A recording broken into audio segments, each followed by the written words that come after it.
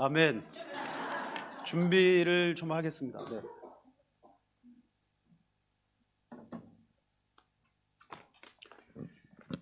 자, 우리 옆에 계신 분 한번 인사하겠습니다. 이렇게 인사하시죠. 성도님은 저만큼 용감하십니다.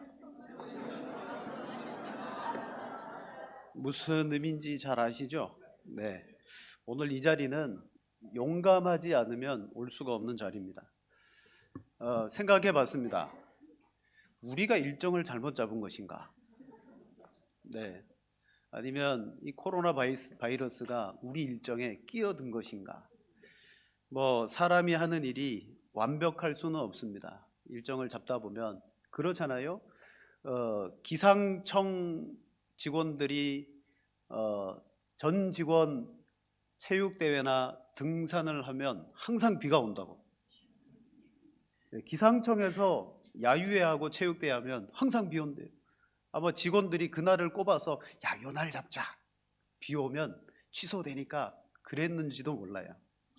세상은 우리 마음대로 안 되는 것 같습니다.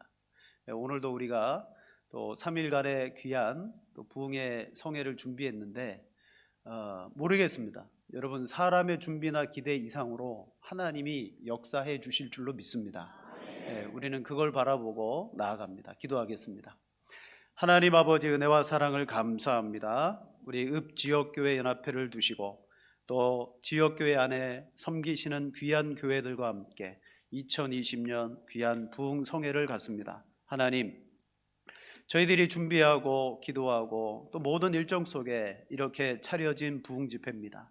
그러나 또 세상이 이렇게 하수상하여 또 많은 이들이 참여하지 못하였습니다. 그렇다 할지라도 하나님의 특별하신 은혜와 또 우리에게 하나님의 말씀으로 지도하시고 성령으로 역사해 주시기를 원합니다. 부족한 종이 말씀 들고 섰습니다. 또 우리 사랑하는 성도들 늘 말씀 앞에 겸손하게 우리 자신을 낮추며 하나님의 거룩한 복음을 듣고자 모였사오니 하나님 성령의 역사로 말미암아 참으로 유익되고 오늘 우리가 다시 복음 앞에 설 수 있는 거룩한 시간 될 수 있도록 인도해 주옵소서. 예수님의 이름으로 기도드립니다. 아멘. 여러분, 타이틀이 성취와 부흥회잖아요. 저는 부흥 강사는 아닙니다. 부흥회를 나가본 적도 없고 부흥 강사를 하고 싶은 마음도 없어요. 그런데 이렇게 금년에는 지역교회 목사님들이 돌아가서 세 분이서 설교를 한번 해보자. 그래서 이렇게 준비했습니다. 혹시 전문 부흥 강사가 안 와서 많이들 참여 안 했는가 몰라요. 그럴 수도 있어요. 네, 그나물에 그 밥이겠지 이러면서 그러나 여러분, 부흥회를 준비하면서 이런 이야기를 들었어요. 우리 청년 중에 하나가 목사님이 부흥회 때는 말씀을 재밌게 하실 거죠?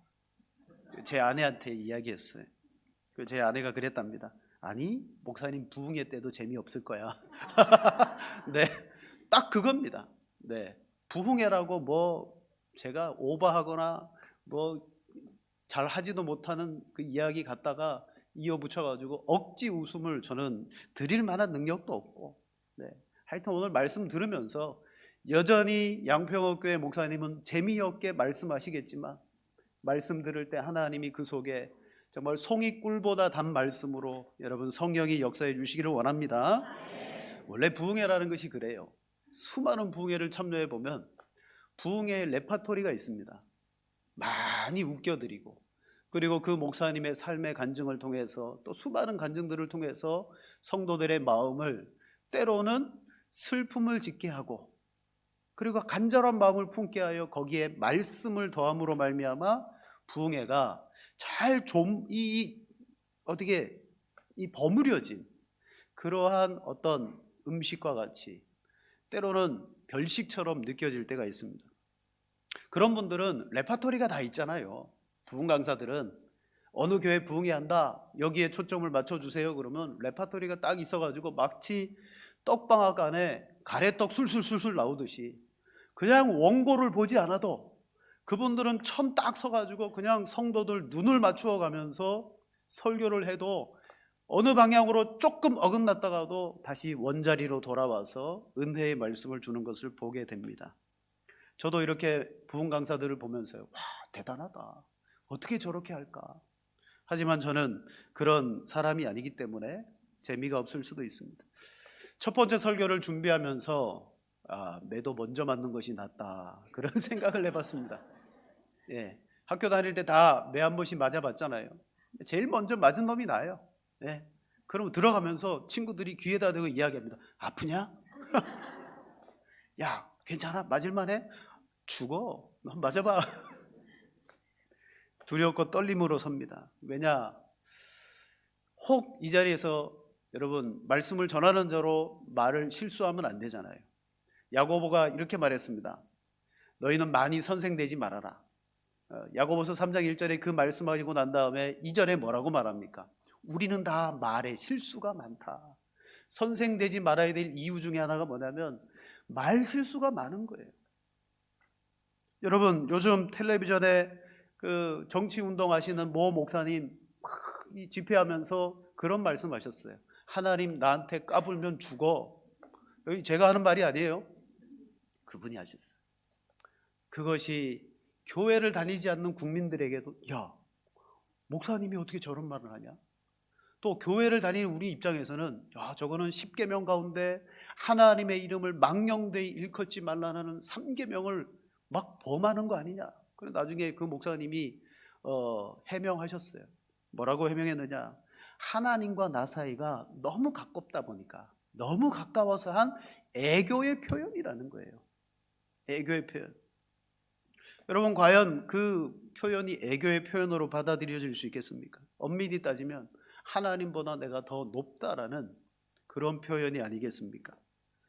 그러므로 여러분 이 설교 강단에 부흥회라는 분위기로 막 떠들기보다는 정말 말을 아끼고 여러분들이 들어야 될 복음의 말씀이 무엇인지를 정확하게만 전달되어도 이것이 큰 은혜요 하나님의 역사인 줄로 믿습니다. 그래서 저는 이런 약점이 있기 때문에 웬만하면 설교 원고를 벗어나지 않습니다. 제가 여기 보고 여러분 보고 하더라도 양해해 주시고, 그리고 제 설교가 딱딱하고 또 재미없는 부분이 있습니다만은 여러분께서 한 번 더 곱씹어 보면 그 속에 정말 영적인 양식이로구나라는 그런 것들이 있을 것입니다. 성경에 하나님의 말씀을 뭐라고 말했습니까?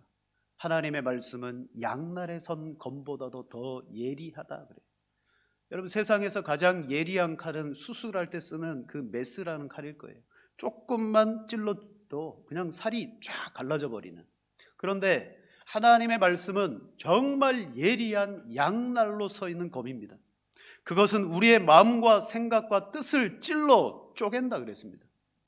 여러분 하나님의 말씀을 말씀대로 온전히 선포하기만 해도 여러분 속에 있는 감추어진 것들이 쪼개져야 되고요, 그 더럽고 추한 부분들이 드러나야 되고요, 그리고 하나님께서는 그 부분을 드러내실 때는 나를 고치시기 위해서, 나를 회복하시기 위해서. 여러분 수술하는 의사가 째고 끝나는 게 아니잖아요. 째고 그 안에 잘못된 거 고치고 나서 새롭게 여러분 봉하듯이 하나님의 말씀은 우리의 심령을 수술하는 칼입니다.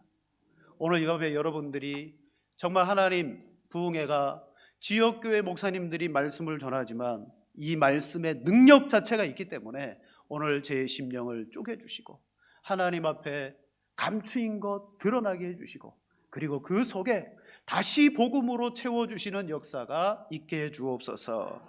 여러분 3일 동안 그 마음으로 참석하시기를 바랍니다. 실은 아무리 예수님이 이 자리에 와서 여러분들에게 설교한다 할지라도 여러분 하나님의 말씀은요 우리가 다 이해할 수도 없어요. 실은 하나님의 말씀을 전하는 자나 듣는 자나 그 사이에 성령의 감동의 역사가 없으면 저도 무용지물이고 여러분이 아무리 똑똑해도 무용지물이에요. 그래서 예수님이 요한복음 6장 60절 이하에 보면 나는 생명의 떡이다, 하늘에서 내려온 생명의 떡이다 라는 말씀을 하고 나는 생명의 피다, 너희는 나를 먹고 마셔라, 그 말씀하시잖아요. 이게 우리의 입장에서는 얼마나 중요하고 핵심적인 말씀인지 몰라요. 그러나 그 시대 사람들이 그 말씀 들을 때 어떻게 반응했습니까? 우리 성경을 한번 보시겠습니다. 요한복음 6장 60절 우리 66절까지 한 절씩 교독하시겠습니다. 제가 먼저 봅니다. 제자 중 여럿이 듣고 말하되 이 말씀은 어렵도다. 누가 들을 수 있느냐 한데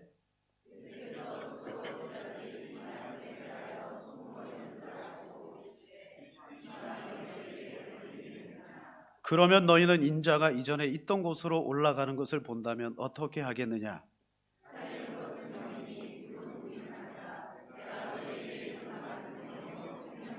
그러나 너희 중에 믿지 아니하는 자들이 있느니라 하시니 이는 예수께서 믿지 아니하는 자들이 누구며 자기를 팔 자가 누구인지 처음부터 아심이로라.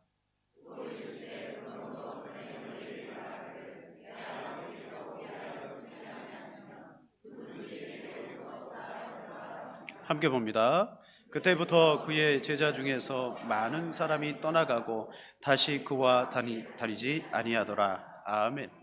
예수님이 말씀을 전하고 복음을 전했음에도 불구하고 그 말씀 앞에 어렵도다라고 말하며 많은 사람이 떠나갔습니다. 예수님이 하시는 말씀은 영의 말씀이라고 그랬어요. 살리는 것은 영이니 그 말씀을 주셨음에도 불구하고 그게 사람들의 심령을 찔렀지만 여러분 들은 그 사람들은 어렵다라고 말하며 받아들이지 않았습니다. 여러분 하나님께서 그리스도께서 우리에게 오셔도 여러분 우리가 완악하면요 하나님 말씀 받아들일 수가 없어요. 출애굽기 20장 말씀에 보면 하나님이 모세와 이스라엘 백성들을 시내산 아래 모읍니다. 언약을 주시기 위해서.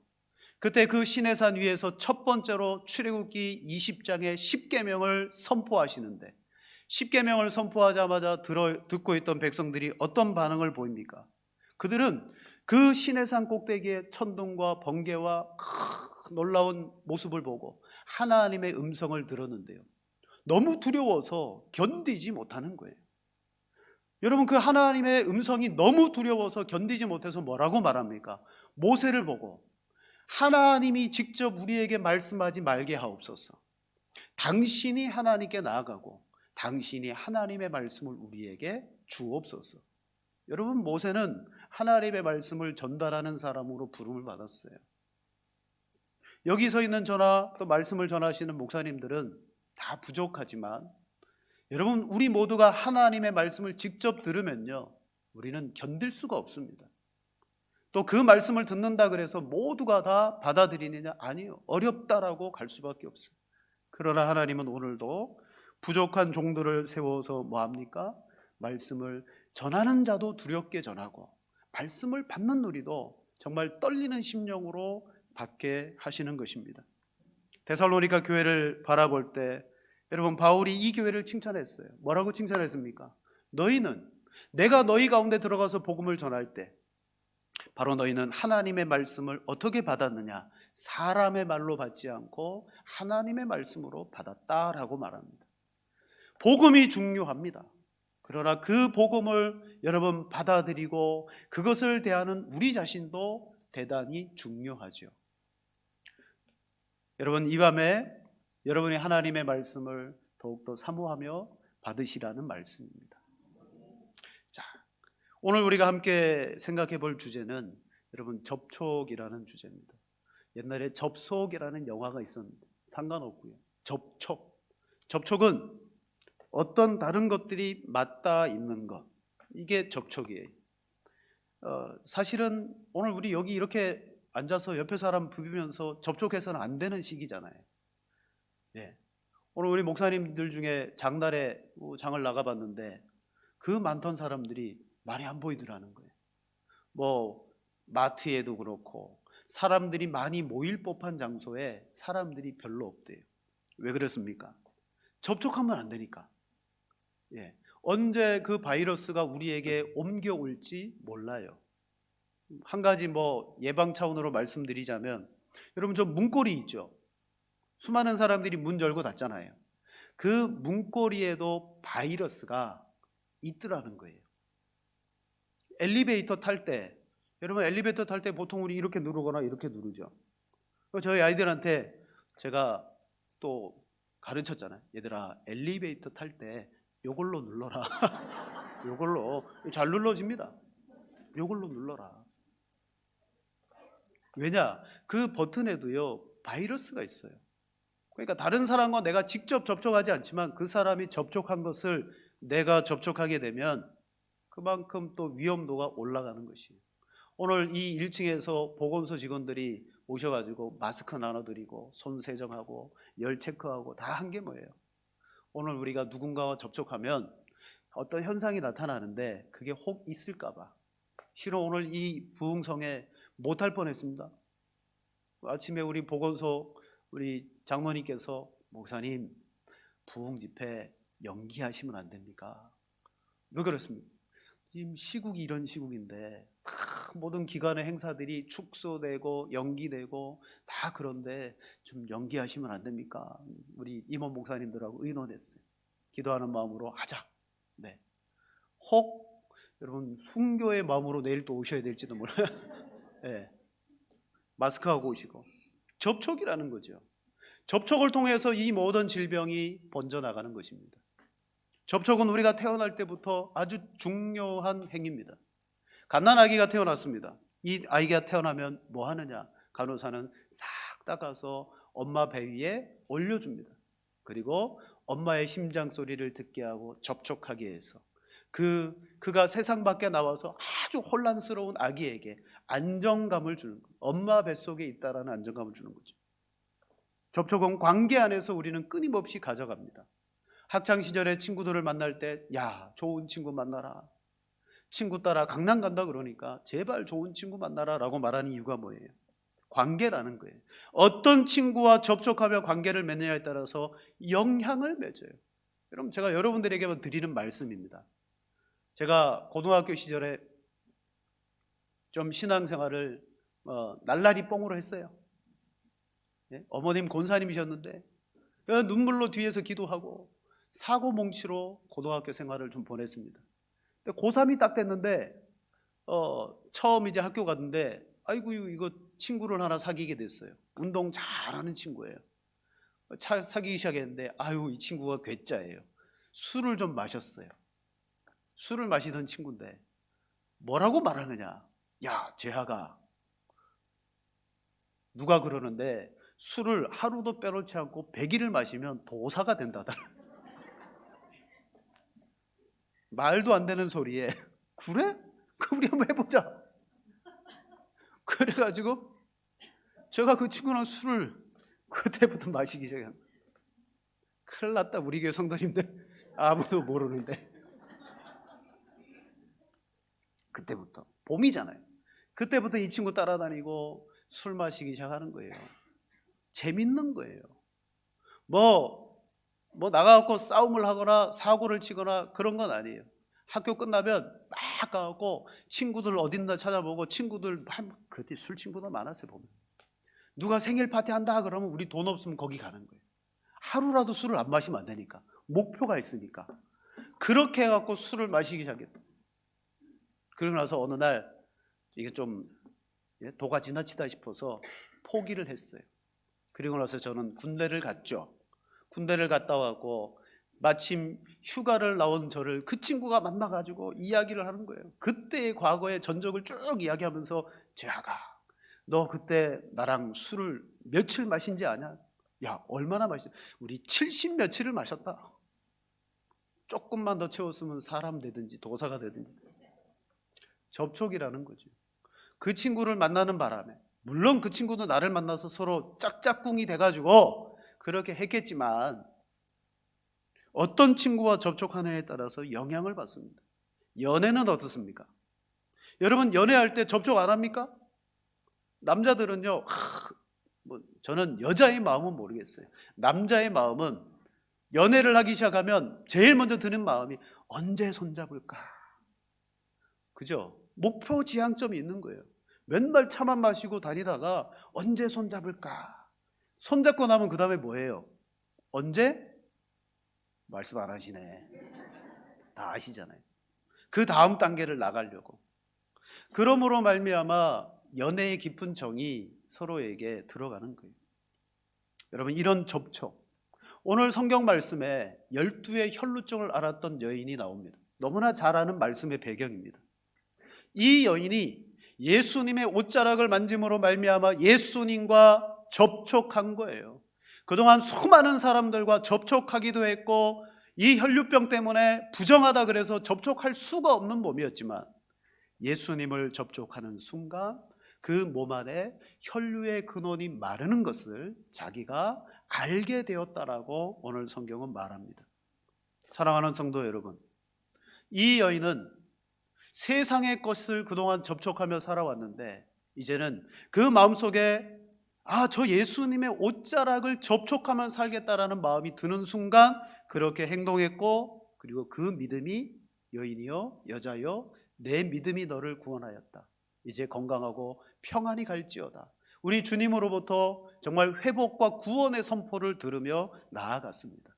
여기에 중요한 매개체가 되는 것이 뭐냐? 접촉이라는 거예요. 자, 그런데 우리는 이 말씀 잘 아시는 말씀이에요. 너무나 많이 들었어요. 근데 이 말씀 속에는 우리가 흔히 들어 알고 있는 표면적인 말씀이 있고요, 그리고 성경이 우리에게 본질적으로 하고자 하는 감추어진 이면의 말씀이 있습니다. 성경을 보면 수많은 설교가들은 이 여인의 표면적인 이유에 대해서 많이 설교합니다. 뭘 설교합니까? 여인의 행동, 여인의 예수님의 옷자락을 잡아야 되겠다라는 결단, 그리고 이 여인이 그 무리를 비집고 들어가서 과감하게 예수님을 만났던 어떤 위험함에도 불구하고 투지 넘치는 믿음, 이게 표면적인. 그래서 예수님이 그 여인의 그 모습을 칭찬하시기도 했지만 우리는 그 모습 속에서 은혜 받고 그 모습을 나도 저런 모습이 돼야지라고 우리가 교훈을 받을 때가 많이 있었습니다. 특별히 성경에 보면 예수님이 그들의 행함과 믿음에 따라 칭찬했던 사람들이 많이 있죠. 바로 로마의 백부장, 종이 아플 때, 죽어갈 때 그 백부장을 위해서 예수님께 나가서 종을 고쳐달라고. 그러나 예수님, 스톱, 오지 마십시오. 저에게도 종이 있는데 오라 하면 오고 가라 하면 갑니다. 똑같습니다. 예수님 저에게 명령만 내려주시면 나을 줄로 믿습니다라고 했을 때 예수님은 내가 이스라엘 중에서도 이만한 믿음을 보지 못했다. 여러분, 그의 백부장의 믿음을 칭찬했고요, 예수님께서 십자가에 못 박히시기 얼마 전에 장례를 위하여 한 여인이 아주 향유 옥합을 가지고 옥합채로 깨트려 예수님께 머리부터 발끝까지 여러분 기름으로 닦아드렸던 그런 사건이 있습니다. 예수님은 그 여인의 헌신의 행위에 대해서 복음이 증거되는 곳마다 이 여인의 한 일과 이름도 증거되리라, 그 여인의 일이 증거되리라 그랬어요. 칭찬하신 거예요. 더불어 오늘 혈루병에서 고침받은 이 여인의 사건도 마찬가지입니다. 마지막 34절에 보면 따라 내 믿음이 너를 구원하였으니 평안히 가라. 내 병에서 노임을 놓여 건강할지어다. 예수님으로부터 구원에 대한 선포와 병으로부터 나음에 대한 선포를 이 여인이 받았어요. 그래서 많이 설교하기를 도대체 이 여인은 어떻게 이런 나음과 구원을 받았느냐. 그래서 우리가 어떤 부분에 은혜를 받냐면 여인의 행위나 이 여인의 마음이나 이 여인의 결단에 대해서 우리는 많이 은혜를 받습니다. 그래서 헌신예배 때 이 본문이 주로 다뤄지는 거예요. 제목들을 보면 우리가 많이 들어왔던 그런 제목들입니다. 하지만 지금까지 말씀드렸던 이런 것들은 표면적인, 이 본문의 그냥 표면적인 은혜들하는 거죠. 실은 우리가 진짜 은혜 받아야 될 것은 여인에게 포커스를 두는 것이 아니라 예수 그리스도에게 포커스를 두는 것입니다. 우리가 성경을 읽고 볼 때마다 성경에는 수많은 사람들의 멋진 믿음의 행동과 멋진 신앙의 행위들이 등장하지만 성경은요 결코 그들의 믿음의 행위를 우리에게 부각시키려고 설교 말씀이나 성경을 기록한 게 아니에요. 성경이 우리에게 기록되어진 이유는 그가 누구를 믿었고 그렇게 한 하나님과 예수 그리스도는 어떤 분이냐라는 것을 우리에게 알려주는 거예요. 여러분, 우리는 여인과 똑같은 상황도 아니고 똑같아질 수도 없어요. 그러나 똑같은 것은 우리를 온전히 고치시고 구원하고 낫게 하시는 그리스도는 영원히 같으시더라는 거죠. 결과적으로 여인은 행동과 믿음의 행위를 통하여서 주님으로부터 인정함을 받았지만 실은 오늘 우리가 봐야 될 것은 예수 그리스도라는 것이에요. 자, 믿음이라는 것을 한번 생각해 보세요. 여인이 믿음을 가졌습니다. 여인의 믿음처럼이라고 제목을 하며 설교할 수도 있어요. 그 옷자락을 잡는 믿음이라고도 설교할 수 있어요. 다 포커스는 여인에게 있다는 거예요. 그러나 중요한 것은 실은 그 믿음이라는 것이 여인의 것이었겠느냐는 거예요. 여러분, 원래 믿음이 여인의 것이었을까요? 믿음은 구원을 얻기 위한 아주 중요한 도구입니다. 오직 믿음을 통하여서 우리는 구원을 받습니다. 우리는 흔히 구원을 하나님의 선물이요 은혜라고 말합니다. 믿음은 무엇입니까? 그냥 내가 가지고 있고 원래 내 속에 있었던 것이냐? 결코 그렇지 않아요. 성경은 이 믿음조차도 하나님께서 주신 선물이라고 표현합니다. 자, 우리 성경을 한번 보십시다. 에베소서 2장 8절 말씀 9절까지 2절 같이 읽겠습니다. 너희는 그 은혜에 의하여 믿음으로 말미암아 하나님의 선물이라 행위에서 난 것이 아니니 이는 누구든지 자랑하지 못하게 함이라. 아멘. 우리는 구원을 자랑할 수는 있지만 나를 자랑할 수는 없어요. 구원을 주신 하나님을 자랑하는 거예요. 행위가 아니기 때문에 자랑할 게 없다는 거예요. 믿음도 마찬가지입니다. 믿음도 그건 내가 믿었다가 아니에요. 그건 하나님이 은혜로 믿음을 주신 거예요. 하나님께서 내게 은혜로 말미암아 믿음을 주지 않았다면 구원이 없습니다. 다 은혜로 받아진 것입니다. 그렇기 때문에 오늘 이 여인이 예수님의 옷자락을 잡으면 낫겠다라는 이 믿음도 실은 여인의 것이 아니라 누구의 것이냐? 하나님의 것인 거예요. 하나님께서 그때 그 자리 그 상황 속에서 여인의 마음속에 믿음을 넣어주셨고 여인은 그것을 순종함으로 붙들었을 때 어떤 일이 벌어집니까? 행함으로 말미암아 구원받고 나음을 잊게 되었습니다. 그런데 우리는 적용점을 어디에다 둡니까? 그 은혜와 믿음과 구원을 주시는 그리스도라기보다는 여인에게 아브라함도 그렇고 이삭도 그렇고 모세도 그렇고 모두가 다 우리의 포커스와 초점은 그들의 행위나 행함 거기에 가 있더라는 거예요. 진짜 복음이 뭐예요? 진짜 복음은 그 사람들의 행함을 부각시키는 것이 아니라 그렇게 할 수 있도록 만드신 하나님과 그리스도가 누구시냐? 여러분, 이걸 만나는 게 복음인 줄로 믿습니다. 그래서 오늘 본문의 초점이 그곳입니다. 여인이 아니라 바로 예수 그리스도다. 여러분, 아무도 자랑치 못하게 하기 위해서 하나님은 믿음과 은혜라는 원리를 통해서 오늘 우리를 구원하십니다. 본문의 여인은 충분히 그 믿음이나 행위를 칭찬받아 마땅합니다. 정말 칭찬할 만한 여인입니다. 그러나 우리는 인간적으로는 칭찬할 수 있지만 믿음의 눈으로 바라보면 우리가 보아야 될 것은 바로 그 이면에 있는 예수 그리스도시라는 것. 우리가 보는 이 성경 자체가 무엇을 나타내기 위한 성경이냐? 예수 그리스도를 나타내기 위한 성경이에요. 요한복음 5장 39절에 말씀합니다. 너희가 성경에서 영생을 얻는 줄 생각하고 성경을 연구하거니와 이 성경이 곧 내게 대하여 증언하는 것이니라. 성경에 수많은 이야기들이 있습니다. 그러나 그 모든 이야기들의 초점은 내게 대하여, 그리스도에 대하여 이야기합니다. 요한복음 5장 46절입니다. 모세를 믿었더라면 또 나를 믿었으리니 이는 그가 내게 대하여 기록하였습니다. 창세기서부터 신명기까지의 5권의 책을 모세가 기록한 책이라고 말합니다. 뭘 기록했습니까? 너희가 모세를 믿느냐? 그렇다면 너희는 또 나를 믿어야 된다. 그가 내게 대해서 기록한 것이다. 모세오경이 여러분 예수 그리스도에 대해서 기록한 것이라고 주님은 분명히 말씀합니다. 바로 이 모든 성경은 삼위일체 하나님을 우리에게 드러내기 위한 계시의 책인 거죠. 그래서 초점의 문제예요. 오늘 우리의 신앙생활의 초점이 여러분 신앙생활을 잘하는 사람, 성경의 인물들의 행위에 가 있는 것이 아니라 바로 내게 대하여 그리스도와 삼위 하나님께 우리의 신앙의 초점이 가 있어야 돼요. 자, 우리가 믿는 하나님을 삼위일체 하나님이라고 합니다. 일체의 하나님이시면서 세 분의 그 위격이 각각 계셔서 하나 되심으로 우리를 통치하시고 구원하십니다. 근데 참 재밌는 것은 여러분 한국 교회 안에도 교단들이 많아요.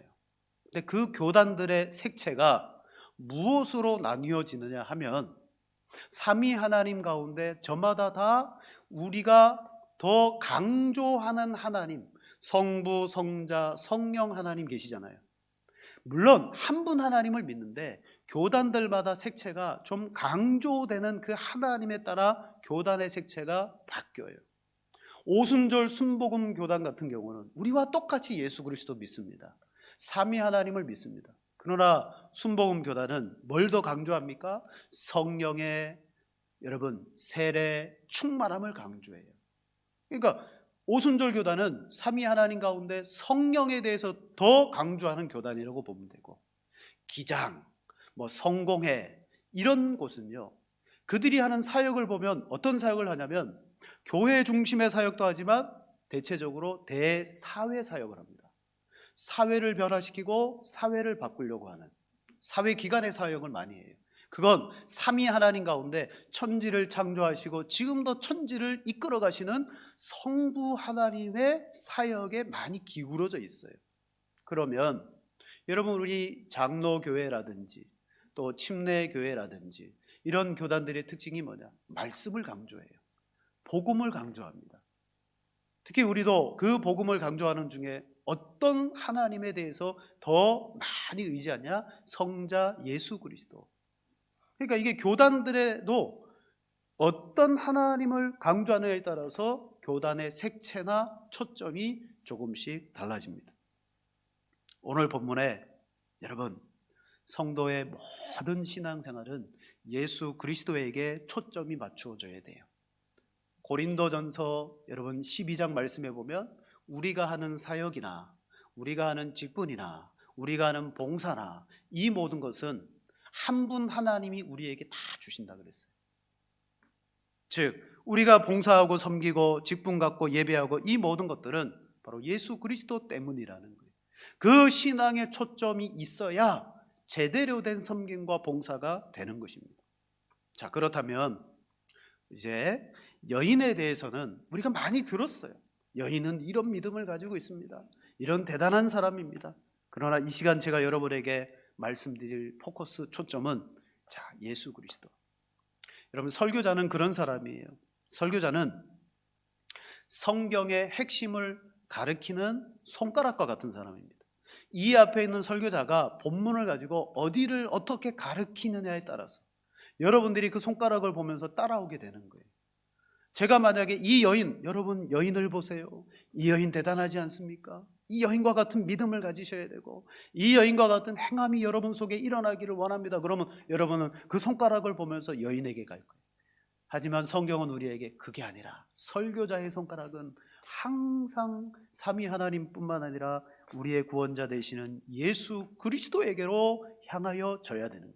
그게 복음 선포고 그리고 그 안에 여러분이 복음을 만나게 되는 것입니다. 사도 베드로가 사도행전 말씀해 보면 기도하러 성전에 올라갔습니다. 성전 미문의 앞에 나면서부터 걷지 못하는 사람이 구걸하고 있습니다. 뭘 좀 얻을까 바라보고 있을 때 줄 게 없잖아요. 은과 금은 내게 없지만 나사렛 예수 그리스도의 이름으로 일어나 걸어라 했더니 이 사람이 걷기도 하고 뛰기도 하면서 하나님을 찬양합니다. 근데 예루살렘 성 안에 난리가 났습니다. 소문이 퍼지면서 도대체 이게 무슨 일이? 많은 사람들이 솔로몬 행각에 모였습니다. 다 보려고. 그때 베드로와 사도들이 서서 뭐합니까? 왜 나를 주목하느냐? 왜 우리를 주목하느냐? 이 사람을 고치고 이 사람을 일으킨 것은 우리가 아니라는 거예요. 우리가 아니라 너희가 죄 없으시고 아무 무죄하신 그리스도를 너희가 죽였는데 죽였을 뿐만 아니라 그분은 지금도 살아계시고 부활하시다. 그 예수 그리스도의 이름이 이 사람을 살렸다. 베드로는요, 그가 이적을 일으킨 주체가 되지만 아닙니다. 그는 그의 손가락으로 예수 그리스도를 가리켰어요. 날 보지 말고 그리스도를 봐라. 이게 설교자의 여러분 본분이죠. 설교자는 충분히 여러분 이단들 같은 경우는 그 본문을 가지고 자기를 부각할 수 있어요. 여러분 이 본문을 보면 막 이러면서 자기 자신을 막 부각시키기도 해. 그럼 완전한 이단이죠. 설교자는 예수 그리스도다. 항상 그 손가락이 그리스도에게 갑니다. 자, 초점이신 예수 그리스도. 중요한 것은 오늘 이 본문은 우리에게 두 가지를 분명히 말씀합니다. 첫째는 무엇이냐면 죄악의 심각성. 죄악의 심각성. 자, 이 여인에게 지금 전반부에 등장하는 모습은 여인이 너무 고생한다는 거예요. 자, 말씀을 읽어보시겠습니다. 우리 25절, 26절 두 절 같이 읽겠습니다. 12회를 혈루증으로 알아온 한 여자가 있어 많은 의사에게 많은 괴로움을 받았고 가진 것도 다 허비하였으되 아무 효험이 없고 도리어 더 중하여졌던 차에. 아멘. 오늘 이 여인은 여러분 성경에 등장하는 사람들은 그냥 그 한 사람 개인이라고 볼 수도 있지만 그들이 나타내는 사람들의 특징이 뭐냐면 우리와 같은 죄인이라는 걸 대표하는. 아담도 그렇지만 성경에 등장하는 사람 모두가 다 우리와 똑같은 사람이에요. 똑같은 사람으로서 어떻게 등장하느냐? 어떤 사람은 하나님의 은혜로 좀 더 믿음 있는 사람으로 등장하고 어떤 사람은 이 여인처럼 예수 그리스도를 만나기 전에는 그 죄로 인한 결과 때문에 심각한 여러분 삶을 살아가는 모습으로 등장해요. 우리는 이 여인에게서 뭘 봅니까? 죄가 이만큼 우리를 고통스럽게 하고 있다라는 거예요. 자, 혈루병은 부인과 병으로 하혈하는 병입니다. 근데 이 병이 어디에 등장합니까? 레위기에 보니까 그 한생병과 함께 등장하는 것이 이 혈루병이에요. 여인에 관해서 피를 쏘는 이 병에 대해서 성경은 부정하다라고 말해요. 레위기는 거룩한 것과 부정한 것에 대해서 분명하게 말합니다. 그리고 그 말씀 속에서 무엇이 우리를 거룩하게 하는지를 알려줍니다. 혈루증은 레위기의 말씀을 그대로 인용해서 보면요, 정말 세상을 살아갈 수 없는 질병 자체로 고통이지만 그것은 사람들 속에서 정죄가 되어지고 사람들과 가까이 갈 수 없는 그런 병이에요. 얼마나 심각한 병이냐? 레위기 15장 말씀에 보면 이렇게 말합니다. 그가 눕는 상은 부정하고 앉았던 자리도 부정하다. 이 코로나 바이러스랑 비슷한 것 같아요. 뭐 확진 환자가 한 명 딱 오면요, 다 닦아야 돼. 자, 이 여인이 앉은 상도 부정하고 자리도 부정해. 유출병이 있는 이 사람과 접촉하는 사람마다 그 사람도 부정해진다. 그녀에게 몸에 닿았던 것들은 다 부정해진다. 심지어 뭐 그 사람이 앉았던 자리에 누군가 대신 또 앉잖아요. 그럼 그 사람도 부정해진다는 거예요. 한마디로 이 여인은 성경의 율법에 의하면 부정한 사람의 대표예요. 그것도 12년 동안 오롯이 고통을 당했고 낙인 찍히며 그는요 소외당하며 살았습니다. 그래서 오늘 성경은 이렇게 표현하죠. 많은 의사에게 많은 괴로움을 받았고, 이것으로 여인의 인생을 표현합니다. 여러분, 죄는 우리를 이 유출병과 같은 부정함의 영향력이 죄에게도 있어요. 어떻습니까? 죄로 말미암아 인간에게 여러분 병도 생기고, 이 죄로 말미암아 우리가 거쳐갔던 것은 또 우리가 했던 일들은 부정해질 수밖에 없고, 이 여인이 겪고 있는 병과 같이 우리는 오늘도 죄로 말미암아 알지 못하는 두려움 가운데 살아가게 되고, 제가 오늘 잠깐 유튜브에서 그 법륜 스님 증문 즉답하시는 법륜 스님의 그 한 10분짜리 동영상 반 보다가 말았습니다. 한 분이 딱 일어나서 그걸 물어보는 거예요. 스님, 우리가 죽으면 우리의 영혼은 있습니까 없습니까? 죽으면 어디에 들어갑니까? 근데 이 법륜 스님이 대답해 주면 되는데 되려 물어봐요. 영혼이 있는 것 같아요 없는 것 같아요? 그럼 그분이 막 영혼이 있는 것 같기도 하고, 그럼 말해요. 영혼이 있다고 믿으면 있는 거고 없다고 믿으면 없는 겁니다. 그렇게 대답하니까 그러면 죽어서 천국이 있는 것 같아요 없는 것 같아요? 있는 것 같기도 하고 없는 것 같아요. 그렇게 믿으면 있는 거. 그리고 그 영혼이 나중에 죽어서 개 몸속에 들어가든 사람 몸속에 들어가든 어디에 들어가든 그게 들어간다고 생각해요. 그럴 수 있다. 그럼 그렇게 믿어진다. 그래서 그분이 질문한 분이 뭐라, 그럼 스님, 극락과 기독교에서 말하는 천국과 지옥이 있다는데 스님 그게 있습니까? 스님이 딱 하는, 나도 잘 모르겠어요. 잘 모르겠다고 대답을. 그러니까 불교는 우리의 마음에 그냥 있으면 있고 없으면 없고, 질문한 분은 정말 인생의 고뇌를 가지고 질문한 거예요. 그 많은 사람들이 있는데 이분이 또 말이 좀 어눌하더라고요. 질문하니까 옆에 있는 사람들이 말도 어눌하고 그 대답하는 게 당황스럽고 하니까 막 웃으면서도 끝까지 질문을 하는 거예요. 왜 질문할까요? 그 인생의 해답이 알고 싶다는 거죠. 죽어서 끝이 아니라 죽고 나면 뭔가가 있는 것 같은데, 여러분 그 사람들은 모두가 다 질문하지 않았지만 뭐라고 대답할까 기다렸을 거예요. 왜? 우리 모두가 가지고 있는 두려움의 해답이거든요. 죽으면 어떻게 될까? 죄로 말미암아 우리는 이 땅에서 고통받을 뿐만 아니라 죽어서도 영원히 고통을 받는 것이 바로 혈루병과 같은 부정한 병이에요. 근데 이 부정한 병이 그 여인에게만 있느냐? 아니에요. 성경은 우리 모두가 하나님 앞에 부정한 자라고 말합니다. 이게 중요한 거예요. 우리는 여인을 보면서 참 기구한 여인이다, 안 됐다라고 혀를 찰 수 있겠지만, 성경이 보여주는 사람마다 우리에게 뭘 말하냐? 이 여인의 모습이 그만 부정한 것이 아니라 이 말씀을 대하는 나 자신이 부정하다. 자, 우리 성경을 한 장 보시겠습니다. 우리 이사야 6장 5절 말씀. 이사야 선지자입니다. 하나님의 선지자로 부름을 받았던 그가 하나님 앞에 뭐라고 말합니까? 같이 읽겠습니다. 그때 내가 말하되 화로다 나여 망하게 되었도다. 나는 입술이 부정한 사람이요 나는 입술이 부정한 거주하면서 만군의 여호와이신 왕을 배웠음이로다 하였더라. 아멘. 여러분 이사야보다 좀 낫습니까? 여러분 지금까지 신앙생활 해온 모습이 이사야 선지자와 비교했을 때, 그래 그 선지자보다는 내가 좀 낫겠지, 난 예수님도 알고 그는 예수님도 몰랐는데 나는 아니까 나는 좀 낫겠지. 아니요. 성경에서 말하고 있는 인생은 다 똑같다는 거예요.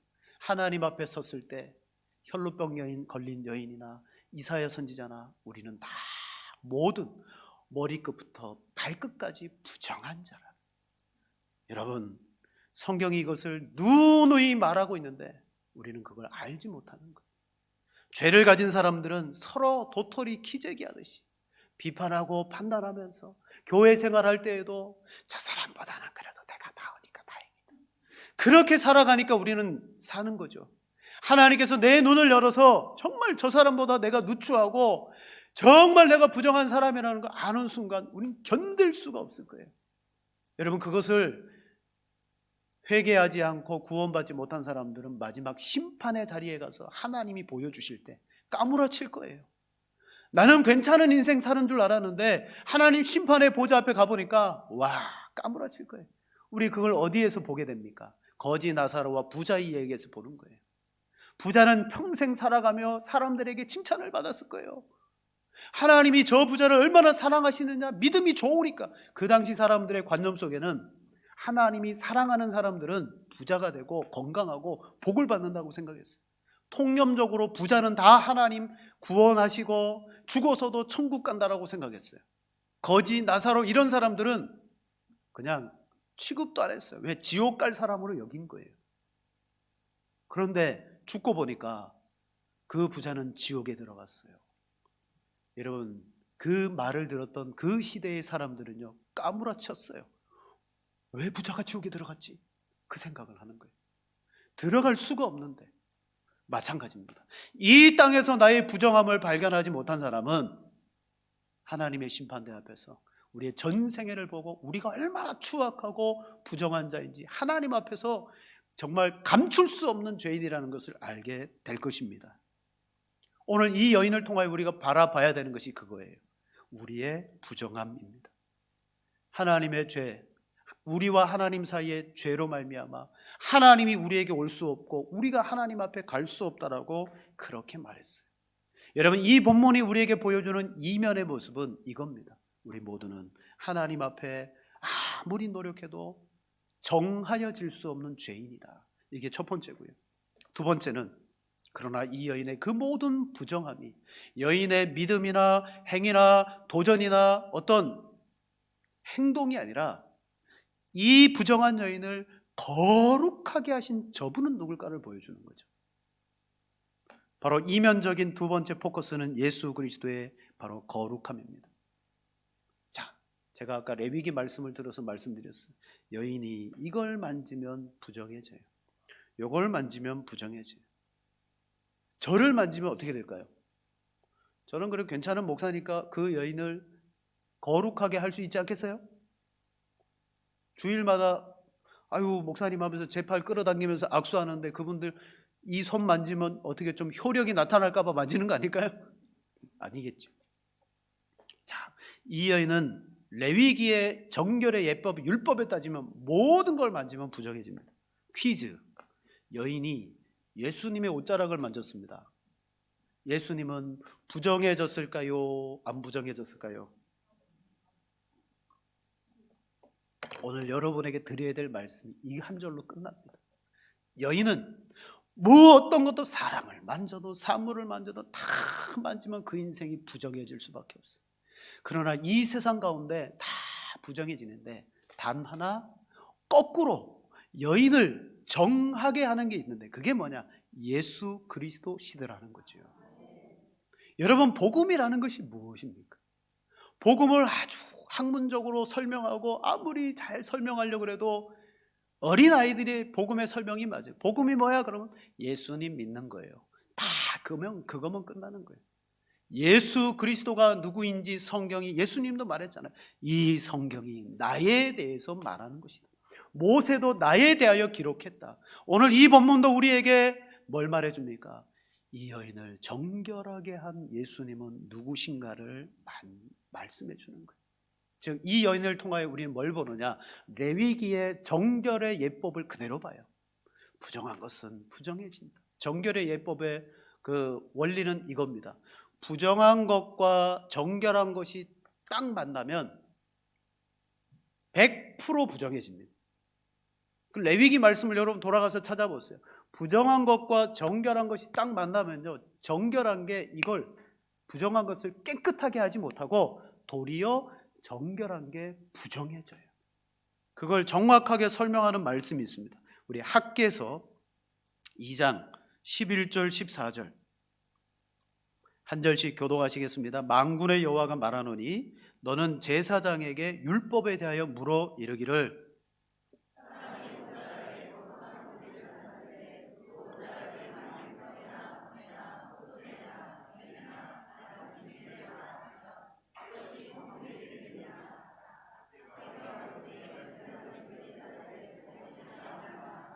학개가 이르되 시체를 만져서 부정하여진 자가 만일 그것들 가운데 하나를 만지면 이것이 부정하겠느냐 하니 제사장들이 대답하여 이르되 부정하리라 하더라.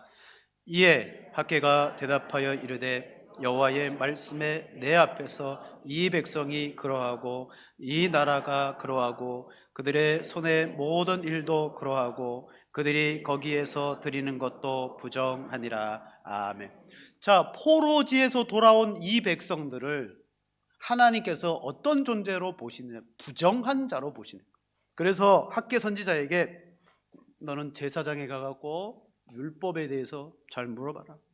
사람이 옷자락에 거룩한 고기를 쌌다. 이 옷자락은 제사장들이 입는 거룩한 옷을 말합니다. 이 거룩한 옷에 자 옷자락에 떡이나 국이나 포도주나 기름이나 다른 음식물이 닿았으면 그것이 성물이 되겠네요. 즉 거룩한 것과 부정한 것을 이렇게 쌌으면 그게 거룩해지겠느냐? 제사장들이 대답하죠. 아니라 부정해진다는 거예요. 그러면 시체를 만진 사람이 부정해졌는데 그 가운데 하나가 거룩한 것이 있다. 그걸 만지면 어떻게 되겠느냐? 똑같이 대답해요. 부정해집니다. 봐라. 이 백성이 그러하고 이 나라가 그러하고 그의 손의 모든 일도 그러하다. 여러분 우리의 힘과 노력으로 아무리 거룩해지려고 해도 우리는 구원받을 수 없는 부정한 자라고 성경은 결론을 딱 맺는 거예요. 그것입니다. 그렇다면 이 원리를 그대로 이 본문의 말씀에 가져오면 부정한 여인이 거룩한 예수님을 만났다면 율법대로 예수님은 그대로 부정해지는 것이 맞습니다. 하지만 여러분이 대답하신 것처럼 예수님이 부정해지지 않고 오히려 여인이 거룩해졌습니다. 이게 구원의 원리. 정결한 것이 부정한 것에 닿으면 부정해지지만, 그러나 유일하게 율법 가운데 유일하게 이게 뒤집어지는 사건이 딱 하나가 있어요. 그게 뭐냐? 바로 번제단. 어린 양의 보혈의 피가 뿌려지고 번제를 드리는 그 번제단. 성막에는요 각양의 도구들이 많아요. 물두멍, 떡상, 장막서부터 시작해서 그 회막에는 기구들이 아주 많아요. 근데 부정한 자가 성막의 어떤 기구를 만져도 다 부정해지는 거예요. 그런데 출애굽기 29장 37절 말씀에 단 하나 거룩하게 되는 것이 있습니다. 출애굽기 29장 37절 같이 한번 읽겠습니다. 너는 이레 동안 제단을 위하여 속죄하라. 거룩하게 하라. 그리하면 지극히 거룩한 제단이 되리니 제단에 접속하는 모든 것이 거룩하리라. 아멘. 너는 이레 동안 제단을 위하여 속죄하라. 어린 양의 피를 잡으며 이 하나님 앞에 번제를 드리는 그 번제단을 7일 동안에 속죄를 하는 거예요. 그렇게 되면 어떻게 된다? 거룩한 제단이 되리니 제단에 접촉하는 모든 것이 거룩해질 것이다. 바로 이 번제단은 뭘 말합니까? 예수 그리스도는 여러분 때로는 우리에게 하나님 앞에 영적인 제사를 드리는 제사장이기도 하고 어린 양과 같이 우리를 위하여 대신 십자가에 못 박이신 제물이시기도 하고, 그죠?